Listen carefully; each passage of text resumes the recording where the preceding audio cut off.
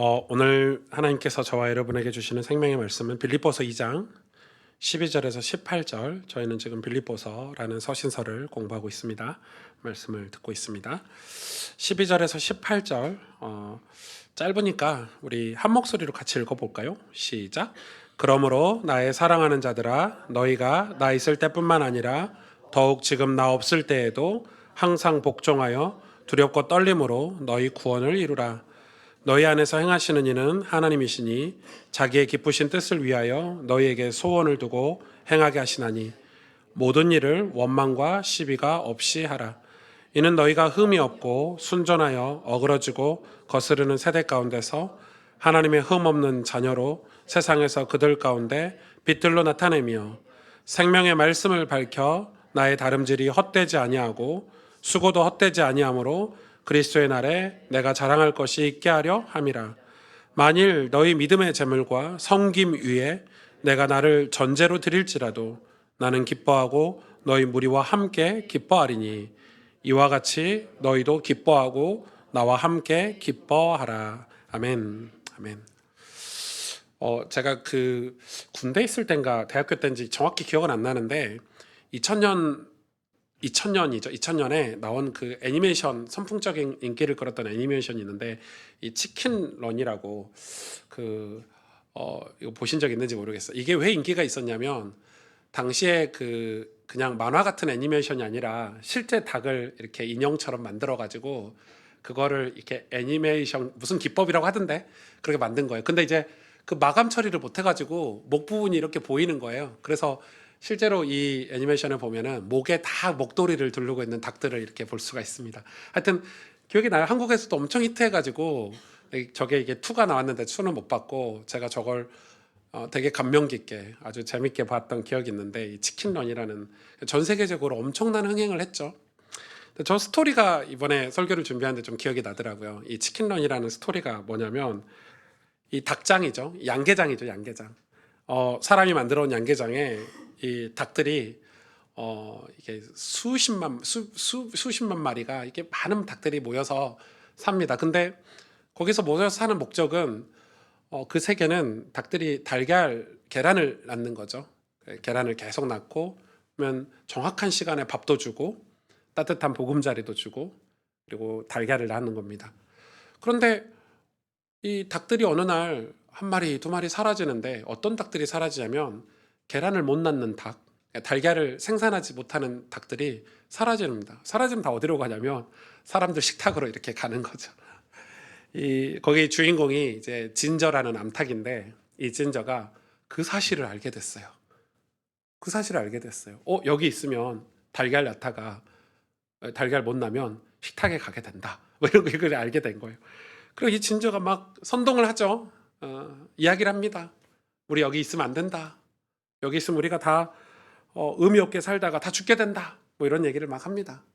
사람들이 아니죠. 닭들이 아무도 그 말에 대해서 동의를 해주지 않습니다. 뭔 소리 하냐?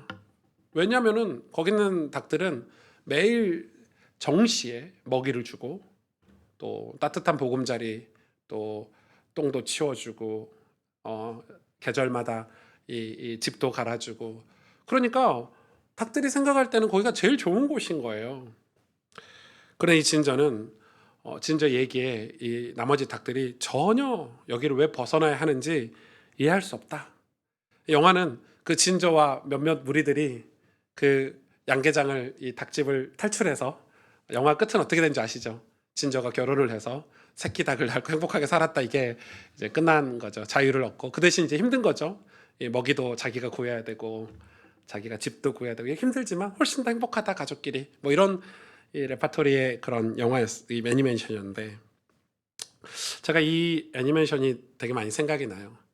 사실 여러분 올해 들어서 여러분이 저한테 들은 설교 중에 하나가 이제 성교적 교회, 뭐, 뭐 미셔널 처치 이런 단어를 엄청 많이 들었을 거예요. 근데 지금 제가 굳이 신학을 얘기하지 않더라도 굳이 교회사라는 복잡한 어떤 역사를 여러분에게 얘기하지 않더라도 여러분이 한 번쯤은 제가 이야기하고 있는 거에 대한 고민은 좀 해보셨으면 좋겠는데 이게 뭐냐면 지금 그 1998년도에 미셔널 처치라는 책이 나왔어요.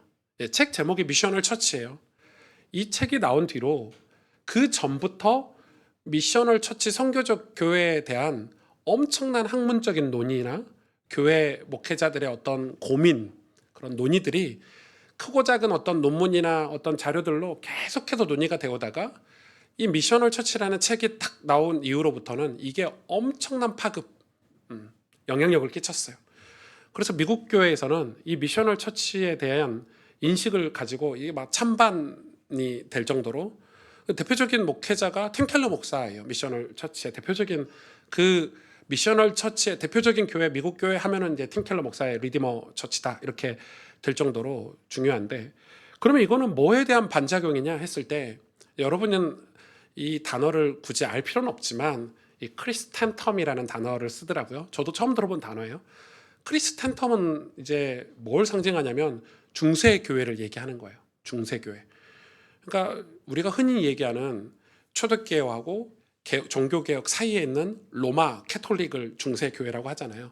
그때 교회가 세상적으로 봤을 때 가장 부흥하고 발전했던 시기예요. 국가교회가 됐고 국가종교가 됐고, 그리고 더 이상 전도를 하지 않고, 전도를 왜 하지 않았냐면 그 나라에 태어나면 자동으로 세례를 받고 자동으로 그리스도인이, 천주교인이 되는 거예요. 왜? 왕이, 그 나라의 왕이 이 나라는 천주교를 다 믿어야 돼라고 명령을 해버렸기 때문에.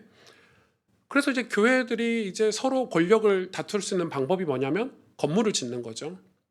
교황과 왕들의 다툼이 있었고, 그러다 보니까 사람들을 자기 그 교회로 끌어모으기 위해서 사람들을 끌어모으고 건물을 짓고 그 건물을 가지고 또 다른 것을 정복하고, 이게 크리스텐텀의 세 가지 특징이라고 해요. 사람들을 끌어모으고 건물을 짓고 권력을 가지고 남을 정복하는 게 이제 크리스텐텀의 세 가지 특징이라고 하는데, 제가 왜 이 이야기를 하냐면 그거는 그 시대에는 그 중세 시대의 학문, 신학 이런 거는 전부 뭘 위한 학문이고 신학만 남아 있냐면 그런 교회 건축이라든지 뭐 정복이라든지 이런 신학만 남아 있지 성도들의 신앙생활에 대한 학문이 남아 있지 않아요. 우리 성도들이 교회로 세상에서 어떻게 살아갈 것인지 이런 자료들이 없어요. 그거를 이 독일에서 루터가 종교개혁을 하고 뭐 칼빈이라든지 찌빙글리라든지 뭐 이런 사람들이 종교개혁을 하면서 완전히 바꾼 거예요. 이건 교회가 아니야. 성경에서 초대교회가 말하는, 성경이 말하는 예수님이 가르쳐준 교회가 아니야. 교회는 우리가 교회야. 신자들이 교회야. 신자들의 모임이 교회야. 유기체적인 교회고 우리가 공동체를 이루어서 세상의 빛과 소금이 돼야 돼. 그리고 교회는 하나님 받은 은혜를 계속 흘러보내야 돼. 뭐 이런 얘기를 계속 했고, 그런 학문들이 쏟아져 나오기 시작했어요. 그래서 교회가 세워졌죠. 개신교가 그렇게 해서 세워진 건데, 가만 보니까 이제 미국에서도 한국에서도 마찬가지겠죠. 교회가 점차 중세 교회화 돼가는 거예요. 다시 크리스텐텀으로 돌아가는 거예요. 이걸 두고 많은 목회자들이 이 크리스텐텀으로 가면 누가 제일 좋냐? 목회자도 좋고, 목회자가 제일 좋은 구조잖아요. 성도들을 많이 끌어모으고 건물을 짓고 그 권력을 가지고 정치적으로 활동을 하고 뭐 영향력을 끼치고 사는 게 목회자에게 제일 좋은 건데, 그거는 하나님 뜻이 아니야 라고 얘기를 한 거예요. 그래서 나온 게 이제 미셔널 처치, 선교적 교회라는 단어가 나왔어요. 이 선교적 교회는 완전히 개념이 바뀐 게 아니에요. 없던 게 아니라 다시 초대교회로, 성경으로 돌아가서 성경이 말하고 있는 교회론, 교회가 왜 이 땅에 존재해야 되는지, 왜 우리가 이 세상에서 하나님의 교회로 살아야 되는지에 대해서 질문하기 시작한 거예요. 그거에 대한 학문이 여러분 이따만큼 있습니다. 제가 이번 주에도 교육자들에게 그 원리서가 되는 책들을 좀 읽어보라고 추천을 했어요. 읽을지 안 읽을지 모르겠지만 그래서 이 선교적 교회라는 거를 우리가 이해하고 받아들여야 돼요. 여러분, 우리가 선교를 하면 교회가 돈을 모아서 선교사를 파송하는 걸 선교라고 생각하잖아요. 아주 좁은 의미의 선교거든요, 그거는. 근데 우리는 지금 그게 선교인 줄 알고 사는 거예요. 그러면서 나는 내 삶에서, 내 직장에서 전혀 선교적으로 살지 않는 거죠. 그러니까 변화될 필요도 없고 거룩해질 필요도 없고 죄와 싸울 필요도 없는 거예요. 지금 그런데 이 크리스탄텀 교회는 너네들 주일날 교회 와서 헌금만 하면 끝? 너네들 크리스찬, 너네들은 구원받았어. 이렇게 해주는 거예요. 마치 중세교회 때 면죄부 판매하듯이 헌금만 해. 내가 죄 사해주는 증서를 만들어줄게. 이렇게 했거든요. 오늘날 교회도 비슷한 거죠. 제가 이 30대 때 너무 고민이 되는 거예요. 목사가 돼서 살고 있는데 여러분, 제가 복음을 위해서 산다고 미친 듯이 돌아다녔거든요. 저 얼마나 미친 듯이 돌아다녔냐면 제 첫 차가 소나타였는데 소나타를 다 타니까 한 30만, 한 몇 년 탔더라? 한 7년인가 6년. 거의 택시죠, 택시. 겉은 멀쩡한데 엔진은 다 이제 맛이 간. 두 번째 차도 비슷했고요. 예. 남들은 왜 이렇게 차를 빨리 받고 이러는데 이제 수명이 다 돼가지고. 그러니까 뭐 마일리지도 마찬가지고요. 얼마나 많이 돌아다녔는지 젊을 때. 근데 제가 그렇게 돌아다니면서도 늘 고민인 거예요. 무슨 고민을 하고 괴로웠냐면, 나는 내가 교회로 살고 있나? 내가 하나님의 뜻을 쫓아서 살고 있나? 이런 질문이 제 양심에 끊임없이 계속됐어요. 여러분, 우리가 이 그리스도인이 되려고 하는 것은 저와 여러분이 이 세상에 얽매이지 않고 영원한 하나님 나라를 소망하기 위해서 그리스도인이 되는 거잖아요. 맞죠, 여러분? 그런데 우리는 성경에서 말씀하시는 이 교회의 길이 있는데, 성경에서 말씀하시는 신앙의 길이 있는데 이 길로는 가려고 하지 않는 거예요. 중세 교회의 형태에서 벗어나고 싶지 않은 거예요. 물론 이 중세교 형태가 다 나쁜 건 아니에요. 필요한 부분이 있어요. 우리에게 좋은 관습과 전통을 남겨주기도 했어요. 그러나 그것이 다 옳지는 않아요. 저도 그것으로 오랫동안 고민하고 갈등했어요. 현실적으로 우리가 복음을 전하려고 하면 딱 걸리는 게 그 중세 교회가 남겨놓은 유산들이에요. 관습, 전통. 여러분, 마치 이런 울타리처럼 탁 치어져 있는, 닭장처럼 치어져 있는 이 관습이나 전통들이 우리가 오히려 복음을 전하는데 방해를 하는 거예요. 예수님이 이 땅에 오셔서 바리새인들, 율법주의자들에게 똑같은 얘기를 하셨어요. 여러분, 이 복음을 우리가 거저받았잖아요. 하나님께 은혜를 거저받았는데, 미셔널 처치를 주장하는 수많은 목회자들 하는 얘기예요. 우리가 이 엄청난 하나님의 은혜로 구원을 받았는데 이 구원을 세상에 흘려보내야 된다는 거예요.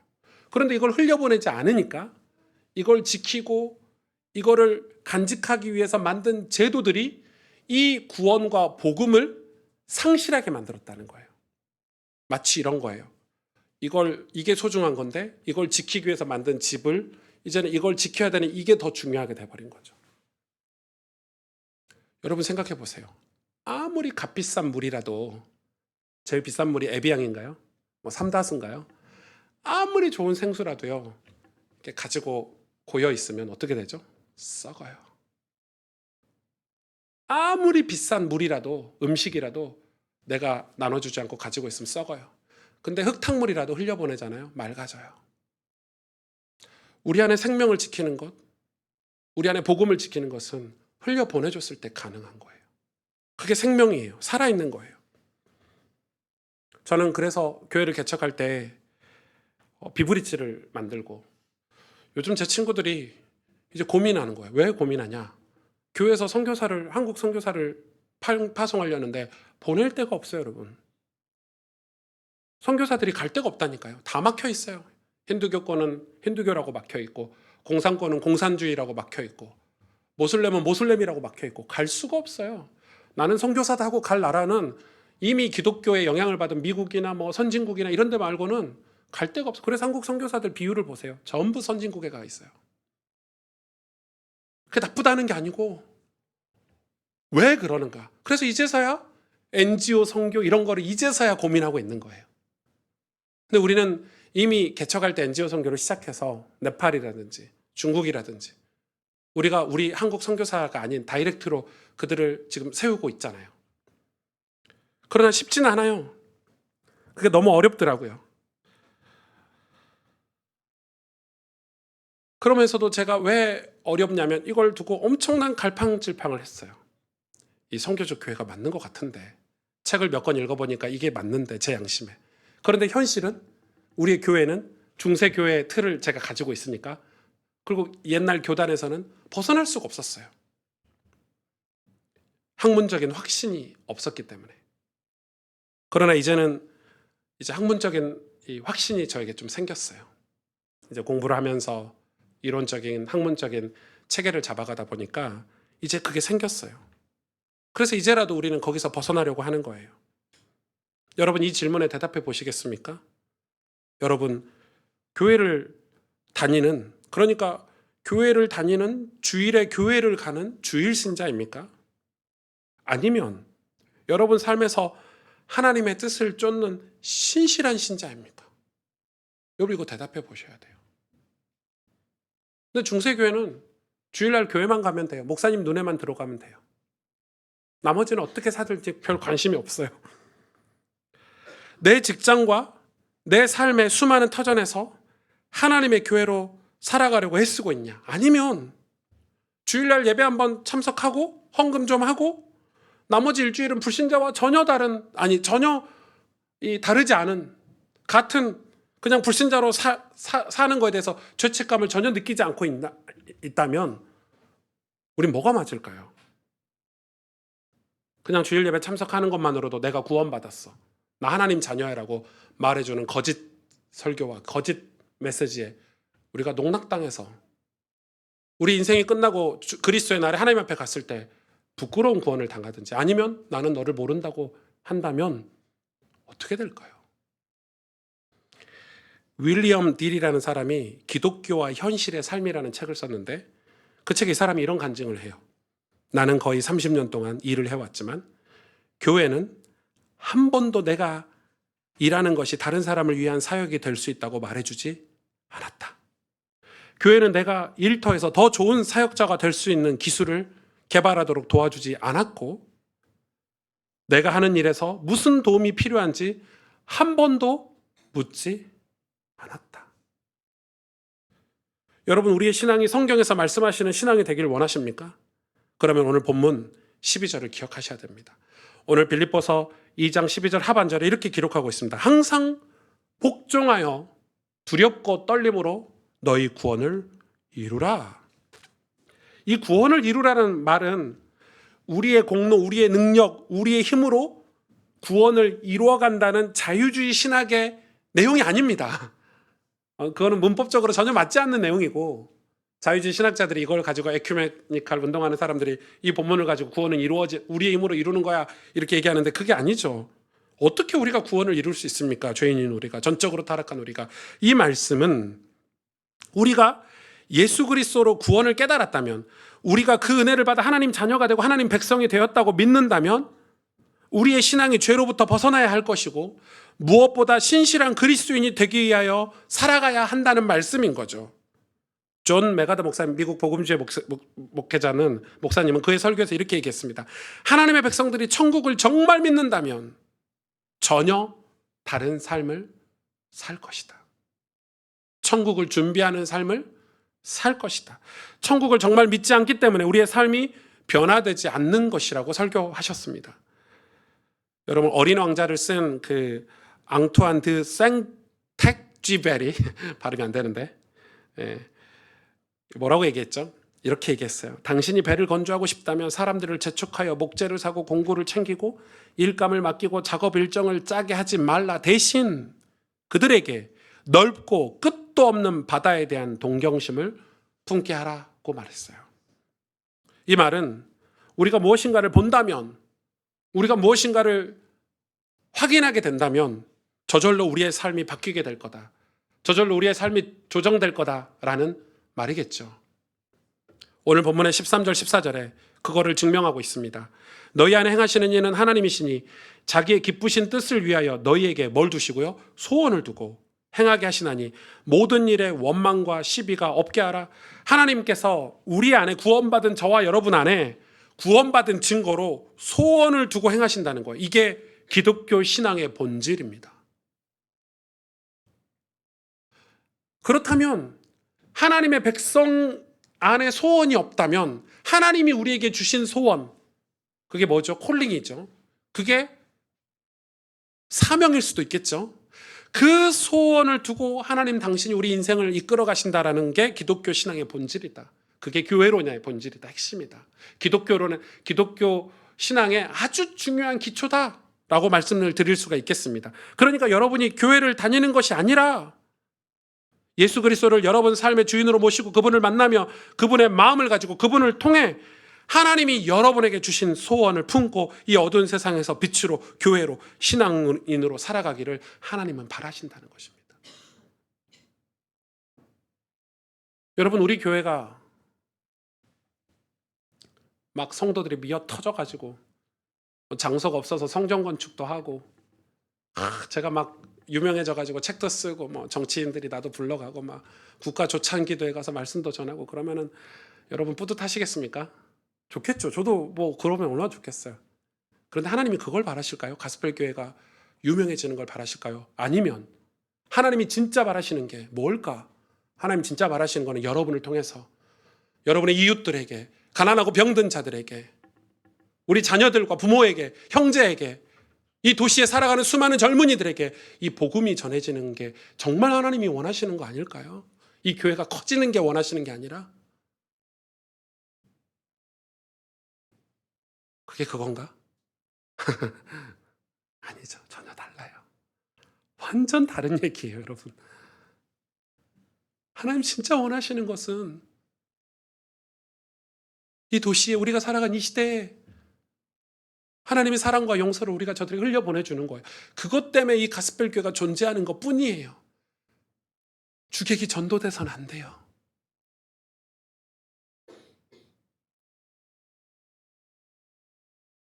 그렇기 때문에 그 소원을 우리가 알려고 깨달으려고 우리의 예배를 하나님 허락하셨다고 믿어요. 하나님 임재하시는 예배를 우리가 늘 꿈꾸는 거예요. 말씀을 통해 은혜를 받으려고 애쓰는 거예요. 하나님 내게 주신 소원이 무엇일까? 하나님 당신의 뜻이 무엇일까? 내가 이 직장에서, 내가 이런 가정에서, 내가 이런 형편에서 살아가고 있는데 무엇일까? 그러나 크리스텐텀 중세교회는 뭐라고 얘기하냐면 성공해야 돼. 돈 더 많이 벌어야 돼. 그게 하나님 뜻이야? 아니요. 구두수성공으로 살지라도, 노동자로 살지라도, 농부로 살지라도 하나님의 소원을 가지고 그 주어진 달란트와 환경 속에서 기쁘고 감사하게 인정받으면서 사랑받으면서 살 수 있다라는 거예요. 그래서 우리는 우리의 삶에서 하나님의 뜻을 쫓으려고 늘 애쓰는 거예요. 왜냐하면 신앙은 전통이 아니기 때문이에요. 신앙은 종교적인 관습이 아니기 때문이에요. 신앙은 지금 우리 안에 소원을 두고 행하시는 하나님이시기 때문에 살아있는 삶이고 생명인 거예요. 싹이 나고 뿌리가 내리고 가지가지마다 열매를 맺는 시냇가에 심은 나무 같은 생명이 신앙이에요. 그래서 뭐가 없어요? 거기 생명에는 원망과 시비가 없어요. 원망과 시비가 있을 틈이 어디 있습니까? 생명의 원망과 시비가 어디 있습니까? 살아있는 삶에 무슨 원망과 시비가 있어서 우리의 삶을 낭비합니까?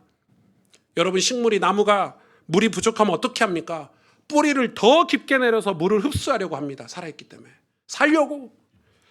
햇빛을 누군가가 가리면 그것과 싸우거나 원망하거나 시비하지 않습니다. 가지를 더 뻗어서 햇빛을 받아내고야만 합니다. 그래서 열매를 맺으려고 합니다. 그게 생명 아닙니까?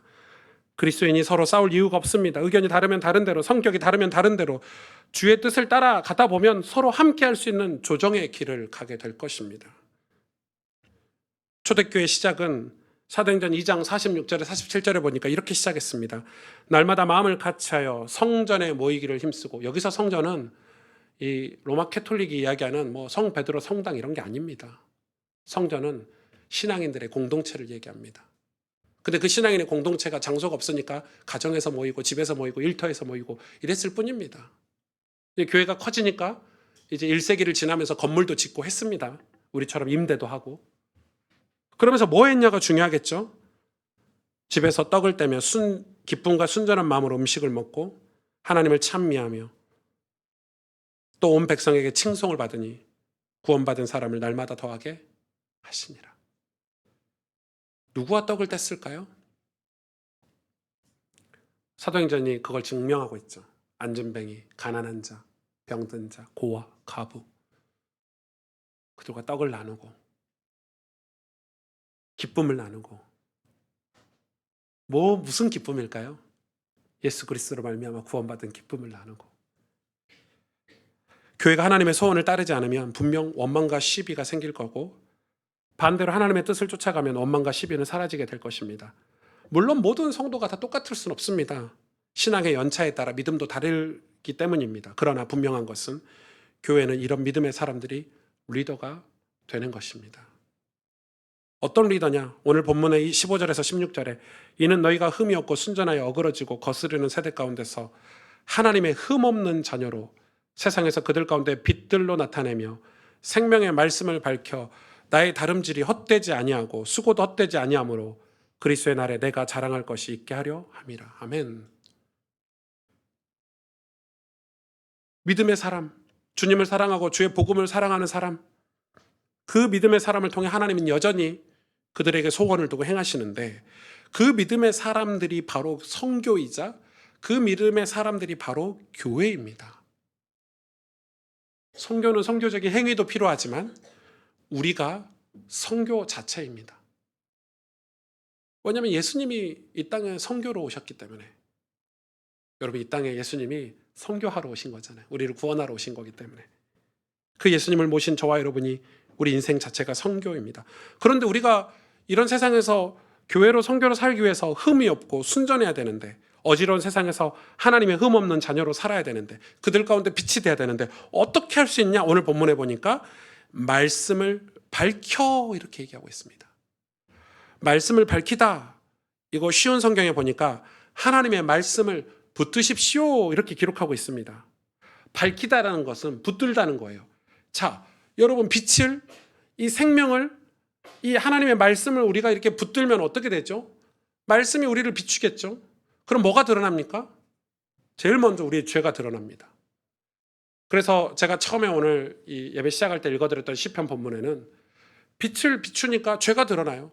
죄가 드러나면은 점차 이 죄에서 멀어지려고 노력하게 되고 나중에는 큰 죄를 의도적으로 고의적으로 짓지 않는 삶을 살게 된다는 것입니다. 그래서 하나님 말씀을 우리가 밝혀야 됩니다. 우리 마음에도 밝히고 우리 삶에도 밝히고 거기서 끝나지 않죠. 두 번째는 하나님 말씀을 밝히면 그 하나님 말씀이 가르쳐준 하나님의 뜻을 알게 됩니다. 그래서 하나님 뜻을 쫓아가게 돼요. 그래서 길을 잃어버리지 않고 우리가 신앙의 길, 교회의 길을 갈 수 있는 것입니다. 말씀을 밝히지 않고 우리가 죄를 안 지을 수 있습니까? 어떤 목회자들은 이제 죄가 다 옛날에 회개하고 끝났는데 뭐 굳이 또 우리 죄 회개를 할 필요 있냐 이렇게 얘기하는데 진짜 무서운 말이에요. 죄를 하나도 모르는 거죠. 여러분, 우리가 말씀을 밝혀서 늘 우리 삶을 살펴야 됩니다. 시편 기자의 말처럼 주의 말씀은 내 발의 등이요. 죄를 하나 해결했다고 해서 내 인생에 죄가 없습니까? 유혹을 한번 이겼다고 해서 다른 유혹이 없습니까? 우리 인생에? 말씀을 밝혀라.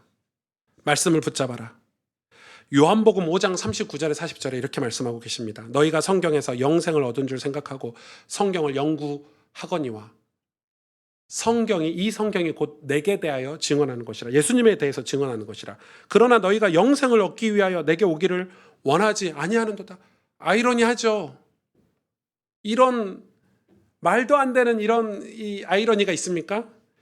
이 구약의 율법학자들이 성경을 연구하는 게 구원받기 위해서, 영생을 얻기 위해서 연구했는데 그 성경이 가르치고 있는 예수 그리스도에게는 가지 않는 거예요. 여러분, 이걸 얘기하는 거예요. 지금 우리가 이럴 수 있는 거예요. 성경을 통해 예수 그리스도를 만나고 그를 증언하는 것을 알게 하는 게 성경의 목적이잖아요. 그런데 이제는 성경을 공부하는 거가 전통이 돼버리고 그게 목적이 돼버려서 정말 성경이 가르치는 거를 하지 않는 거예요. 무섭죠? 그게 율법주의예요. 여러분, 매일 성경을 읽으시죠? 어떤 의미로 읽고 묵상하시나요? 무엇을 얻기 위해 오늘 이렇게 교회에 오셔서 이 예배 시간에 말씀을 듣고 계십니까? 여러분, 영생, 구원 아닙니까? 구원을 이룬다는 것은 우리가 처음 믿은 그 사랑으로부터 시작되어 하나님의 자녀로 이 땅에서 하나님이 소원하신 그 뜻을 이루며 사는 것을 말합니다. 구원을 이룬다는 것은 즉 생명이 열매가 되고 살아있음이, 우리가 살아있는 게 죽음을 이기게 된다는 것입니다. 그게 구원을 이룬다라는 것입니다. 그걸 하나님은 우리에게 맛보게 해주시고 싶은 거예요. 그게 하나님의 영광 아닙니까? 그게 하나님의 영광이죠. 여러분, 어린 자녀들에게 엄마 아빠가 고민하고 있는 가정의 문제들을 언제 공개할지 고민 많이 하시죠? 하시죠? 하셔야 돼요. 근데 여러분, 보통은 우리 아이들은 깨끗하고 바르게 자라고 싶어. 엄마 아빠가 받은 상처 말 안 해주고, 이렇게 막 엄마 아빠가 고민하는 거 내 자녀에게는 절대 말 안 해주고, 내 자녀들이 그냥 순수하고 깨끗하게만 자라게 그건 잘못된 교육이죠. 언젠간 알게 되면 더 큰 상처를 받게 되고 이 아이가 강하고 바르게 크질 못하게 돼요. 마치 우리도 이 치킨런의 이 양계장처럼 혹은 중세교회처럼 성도들에게 이렇게 이 교회 안에 오면 다 보호해 줄게, 다 해줄게, 아무것도 걱정하지 마. 그건 좋은 교회가 아니라고 생각해요. 당연히 저와 여러분이 이 신앙 공동체면 여러분의 고민이 제 고민이 되고 목회적인 고민이 여러분에게도 고민이 되고 같이 기도하고 고난도 같이 받고 승리의 기쁨도 같이 나누고, 여러분 그게 교회 아닙니까? 그래서 예수님이 얘기하셨어요. 나도 내가 당하는 고난을 너희가 당하기를 원한다. 내가 진 십자가 너희가 지기를 원한다. 내가 얻는 영광의 면류관 너희도 얻기를 원한다. 교회는 생명의 공동체이고 살아있는 믿음의 공동체입니다. 그래서 고여 있으면 안 되고 환경과 상황에 매여 있으면 안 되고 그래서 도전하는 공동체입니다. 문화를 두려워하지 말고 가야 하고 우리는 이 시대와 상황에 대해서 두려움 없이 가야 합니다. 그런데 그렇게 갈 수 있는 이유는 말씀을 붙잡았기 때문에 갈 수 있는 것입니다. 우리가 시도도 해보지 않고 태풍이 무섭고 파도가 무섭다고 항구에만 안전하게 정박해 있으면 안 됩니다. 저는 2년 전에 우리 청년들하고 함께 이 클롤이라는 걸 시작했습니다. 기억하실지 모르겠는데 벌써 2년 전이네요. 3년 전인가. 클롤이 할 때 여기 앞에서 이 강대상 없애고 이게 뭐 우리 권사님들, 믿음에 있는 사람들과 토크하고 우리가 어떻게 신앙생활하는 게 좋은지 다양한 그런 모습들을 보여준 목적은 뭐였냐면, 우리 교회 안에 성도가 목적이 아니고 교회 밖 믿지 않는 비그리스도인들이 목적이었습니다. 그래서 처음에는 했더니 저희 교회 권사님이 믿지 않는 남편과 결혼했는데 그 남편이 목사님 설교가 너무 어렵고 예배 드리는데 너무 졸리고 이러는데 이상하게 클로리는 너무너무 귀에 쏙쏙 들어오고, 그리고 클로리 예배를 꾸준하게 오신 분이 계셨어요. 그분이 얼마 전에 왜 올해는 클로리를 안 하시냐고 그러시더라고요. 제가 그때는 그런 확신이 있었지만 제가 놓친 거는 뭐냐면 그거에 대한 올바른 인식, 그걸 왜 해야 되는지 우리 장로님들과 권사님들과 성도님들에게 정확한 설명, 그리고 체질 개선 이런 걸 하지 않은 거예요. 그래서 올 한 해는 그걸 다시 정리하고 올 한 해 우리 청년들이나 우리 성도님들이 볼 때 목사님 맨날 말뿐이다, 말만 저래, 이게 아니라 엄청난 용기를 내서 교단도 탈퇴하고 그리고 새로운 교단에 가입도 하고, 그리고 제가 학문적으로 확신 가진 것들을 교회에 이제 적용하기 시작을 한 겁니다. 이제 클로리를 다시 시작해도 되지 않을까, 이런 마음이 있습니다. 그래서 이번 크리스마스도 콘서트를 하는 것이고, 또 다음 주에는 저희가 이제 오후 예배 끝나고 나서 이제 매달 한 달에 한 번씩 지역 전도를 할 건데, 꽃 전도를 할 거거든요. 이제 전도 활동도 할 겁니다. 저는 이 도시에 우리가 할 수 있는 모든 걸 다 동원해서 은사와 우리에게 주신 은혜들을 가지고 이 도시를 섬기고 싶고 이 지역을 섬기고 싶습니다. 그거는 도움을 좀 많이 받았습니다. 이상민 목사님 주사랑교회에서 꽃전도를 하는데 제가 그 스토리를 다 들었거든요. 근데 꽃전도를 그냥 한 게 아니에요. 뭐 기획해서 한 게 아니고 원래 그 교회 청년들이 우리 교회 전도지 가지고 토요일 날 이 지역에 전도하자 이렇게 시작을 했대요. 전도지 나눠줬더니 동네 사람들이 전도지 다 버리더래요. 누가 봐도 그 뭐 교회 가면 뭐가 좋다 이런 거 다 버리더래요. 그래서 또 청년들이 모여서 고민한 거예요. 전도지 줬더니 다 버리더라고. 뭐 안 버리는 방법이 없을까? 그래서 그 당시에 플로리스트 꽃 하는 청년이 하나가 있었는데 우리 꽃이랑 전도지를 묶어서 같이 주면 어때요? 그래서 이 청년들이 새벽에 여기 고터에 고속터미널에 꽃시장 가서 꽃을 사다가 그 같이 만들고 같이 만들면서 청년들이 되게 친해진 거예요 또. 그걸 만들어서 꽃에다가 이제 전도지를 묶어가지고 나눠줬어요. 근데 이상한 현상이 생겼어요. 꽃만 가져가고 전도지는 또 버리더래요. 그래서 또 고민한 거야 자기들끼리. 꽃은 안 버리네. 생화니까 기분 좋게 받고 이제 막 미안, 내가 이런 거 받아도 돼요 할 정도로 반응이 엄청 좋았더래요. 그러다가 이제 생각한 거야. 우리 전도지를 붙이지 말고 여기에 성경 구절을 적어서 넣고 혹은 QR 코드를 넣어서 QR 코드를 찍으면 이 복음에 대한 설명이나 영상이 들어가. 이런 걸 이제 기획을 한 거예요. 그래 꽃전도를 1년 넘게 했대요. 그러니까 이 마을 사람들이 청년들이 매주 나와서 꽃을 나눠주고 인사하고 또 낙엽이 쌓일 때는 이 마을을 청소하고 그걸 1년을 넘게 했대요.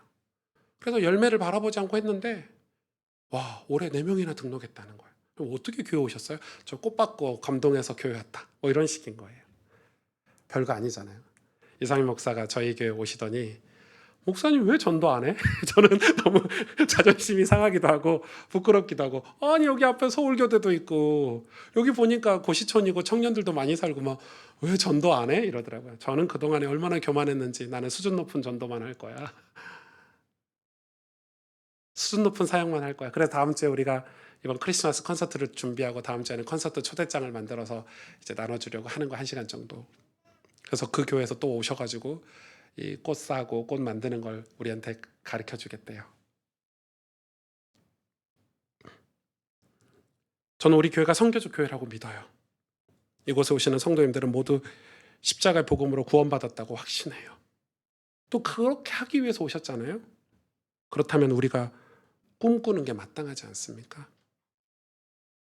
우리에게 생명이 있으니까 우리가 비전을 가지는 게 마땅한 거 아닙니까?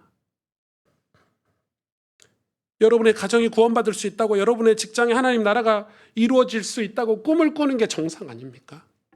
우리가 이 서울이라는 도시에서 우리 교회가 존재하는 한 우리가 죽는 날까지 이 도시의 젊은이들에게 이 복음을 전하려고 애써야 되는 게 맞는 거 아닙니까? 그게 우리의 꿈이 되고 가슴 설레이는 도전이 돼야 되는 게 정상 아닌가요? 전 그렇게 될 수 있다고 믿어요.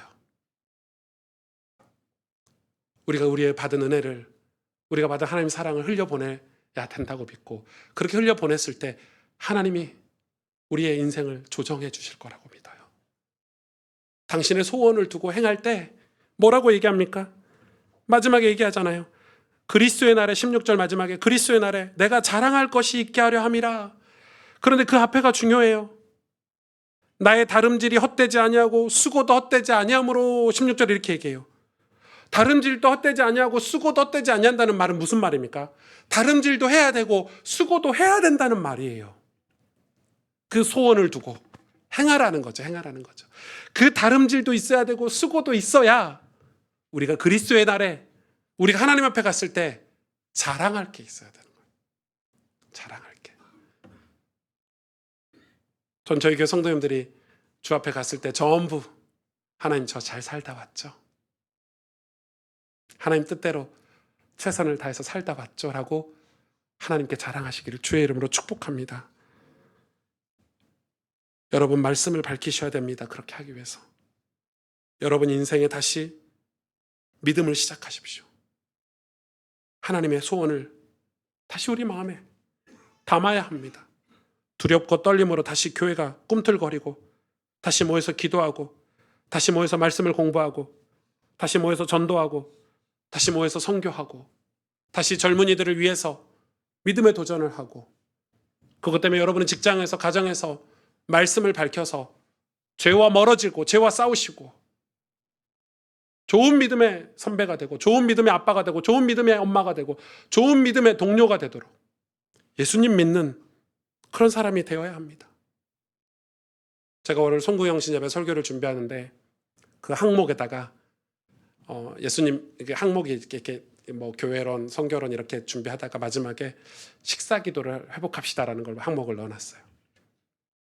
제가 어디서 배웠는데 하루 종일 기도하는데 식사 기도 때 굳이 할 필요 있냐 이런 걸 어디서 배워가지고 제 속에 그게 들어왔어요. 원래 전 식사 기도를 했거든요. 항상 눈 감고 하나님 아버지 이 음식 주셔서 감사하고 뭐 이런 기도했는데 어느 순간부터 밥 먹을 때 기도를 안 하고 밥 먹더라고요. 우리 한빈이가 기억할지 모르지만 한빈이하고 같이 밥 먹는데 한빈이가 그래요. 아빠는 목사인데 왜 기도 안 하고 밥 먹어? 그 말은 좋은 말이죠. 아들이니까 아빠한테. 그러나 저 말을 다시 해석해보면 네가 목사냐? 이 말이잖아요. 네가 목사냐? 밥 먹을 때 기도도 안 하는 네가 목사냐? 이 말인데 자기 보고 기도시키는데 아빠는 기도 안 하잖아. 뭐 이런 식인 거예요. 우리가 예수 믿는 삶이 다 회복돼야 된다고 저는 생각해요. 감사함으로, 기쁨으로. 우리의 은사들을 동원하고 우리의 모든 삶의 터전에서 예수 믿는 사람으로 살아가야 되지 않겠습니까? 그러기 위해서 우리가 말씀을 밝혀야 합니다. 다른 걸로는 예수 믿는 사람으로 살 수 있는 근거나 원동력이 될 수가 없습니다. 말씀을 붙잡고 밝혀야 합니다. 말씀을 밝혀야 내가 이 어그러지고 거스르는 세대 가운데 하나님 자녀로, 빛의 자녀로 살 수 있는 것입니다. 여러분, 이 축복이 여러분 삶에 새롭게 시작되기를 주의 이름으로 축복합니다. 같이 기도하겠습니다. 오늘 말씀을 붙잡고 하나님, 우리도 이 생명의 말씀을 붙들고 말씀을 우리 삶에 밝혀 하나님의 뜻을 쫓아가는 신앙인이 되기를 원합니다. 우리 같이 오늘 말씀을 붙잡고 하나님 앞에 간절히 기도하겠습니다. 하나님 아버지, 정말 감사드립니다. 믿음으로